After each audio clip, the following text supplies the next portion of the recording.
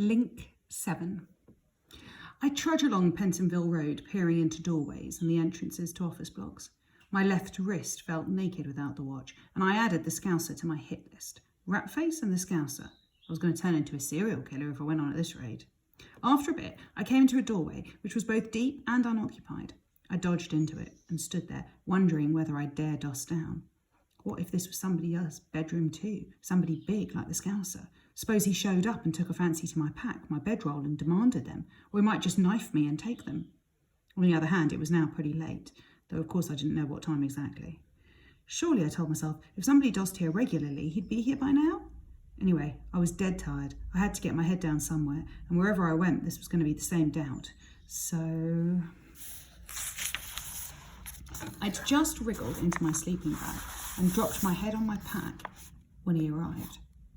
I heard these footsteps and thought, keep going, go past, please go past, but he didn't. The footsteps stopped, and I knew he was looking down at me.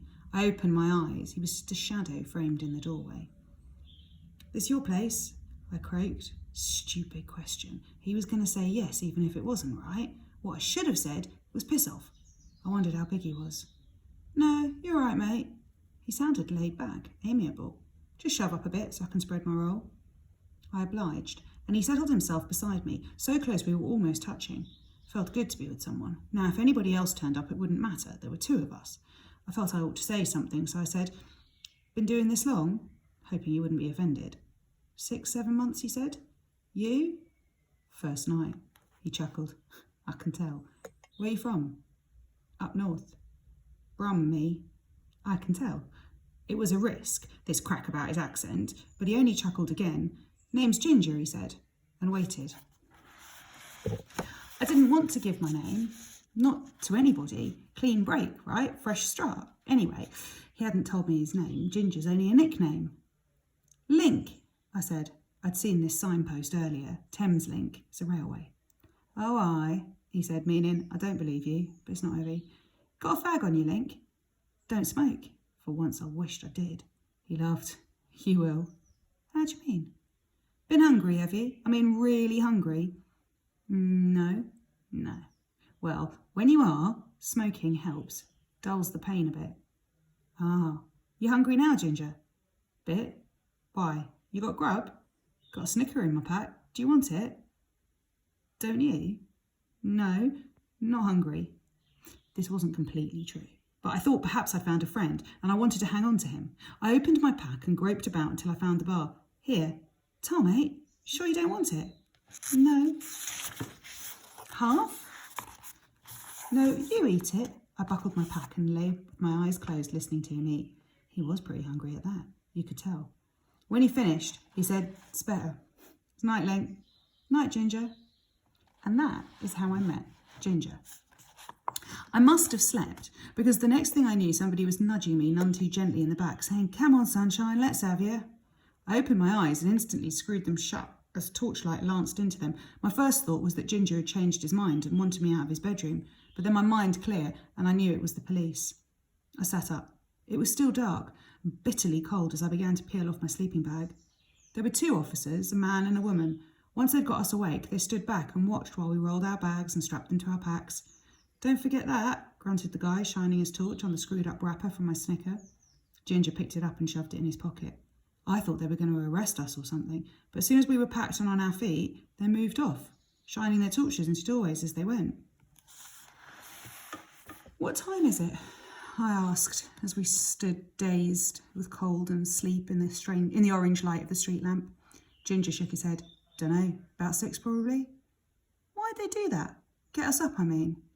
"Why?" he grimaced. "We were in somebody's doorway. Wouldn't do for the owner or tenant or whatever to find us there when he came to open it up, would it?" I couldn't think of an answer to that, so I said, "What now?" He looked at me. "You got any money?" I nodded. £9 and some change. "Fancy a coffee? Bite to eat?" "Not half, I was starving." "You?" He smiled. "You don't have to feed me, you know, just because we shared a doorway. Folks like us, we've got to look after number one. And don't tell anybody else you've got £9 on you or you won't have it for long." We went to an all-night kebab house he knew about. It was warm and glaringly bright inside and smelled so good I practically drooled. The clock on the wall said 6:20. We were the only customers. We bolted Donna and slurped coffee and talked.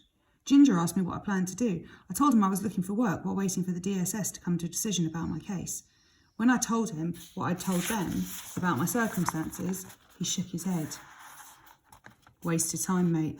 Foregone conclusion. They'll say you made yourself homeless because you left your mum's place voluntarily. You mean I'll get no benefit? Nothing? Not a sausage, mate. You can take it from me. I've seen it too many times. But if I don't find work, if it takes a while, how am I supposed to live? He laughed. Any way you can, Link, old son. Nobody cares, see? Nobody gives a toss. It's the first thing you got to learn. He smiled. Why do you think so many kids beg the punters for change? Because they like it? I shook my head. Is that what you do? Beg? Yep. All day, every day. Sometimes I don't make the price of a sandwich. Do most people refuse then? Oh, aye. He smiled again. Do you know what a soul credulous is? No. A soul credulous is someone who believes what he reads in The Sun. And do you know what The Sun says? The Sun and 3 or 4 other tabloids? I shook my head. Well, I'll tell you. They say us kids aren't homeless at all. They say we trick the punters out of their change all day and go home to our mums at night with 40, 50 quid in our pockets, and it all goes on drink and drugs. They don't bloody do, you know. And the soul credulists believe them and all. That's why they refuse. But it's a lie, I cried. There ought to be a law against it. True, he laughed. There won't be, though. It's what they call the freedom of the press. I looked at him. So when my dosh runs out, I'll be begging too, huh? I wouldn't wait till it runs out, mate. Like I said, some days you'll make sod all. I'd start today if I was you. We lingered in the warmth till breakfast time customers began drifting in and the proprietor started giving us dirty looks. Come on, said Ginger. We don't want to outstay our welcome or he'll bar us. He got up and shouldered his pack. It's a nice washroom through the back here. I'll show you. We used the washroom and left the kebab house just as it was starting to get light. I tagged along with Ginger through the early rush, hoping he'd let me stick with him today. I had a feeling he knew a lot of stuff I'd need to learn if I was to survive in this great cold jungle.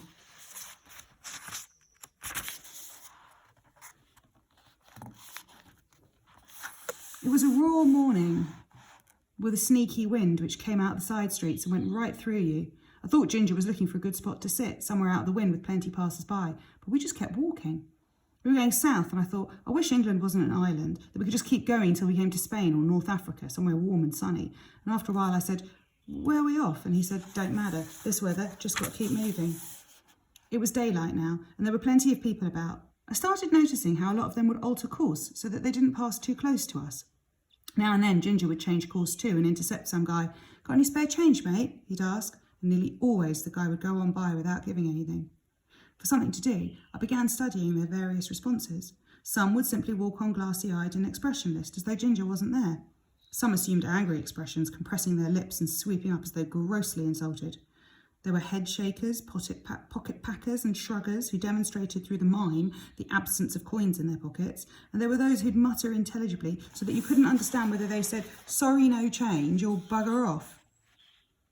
Once, Ginger accosted a stiff, military-looking guy who stopped, looked him up and down as if he was something the cat sicked up and said, change? I'd change you, my lad, if I had you in khaki for 6 weeks.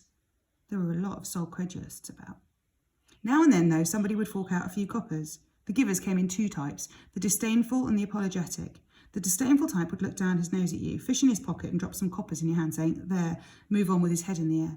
The apologetic type would look embarrassed and fumble out a fistful of coins, saying something like, I'm sorry, this is all I have, or sorry, but you see I gave earlier, a young man in a doorway. He'd dump the dosh in Ginger's hand without looking to see how much was there, smile apologetically as he moved off. One such giver glanced at me with a worried expression, as though wondering whether he should have given to me too. We covered some miles that morning, trudging half-frozen down Tottenham Court Road and onto Shaftesbury Avenue. We crossed Piccadilly Circus and set off along Piccadilly till Ginger stopped and nodded at some fancy iron gates and said, here we are, mate. Looks like a church, I said.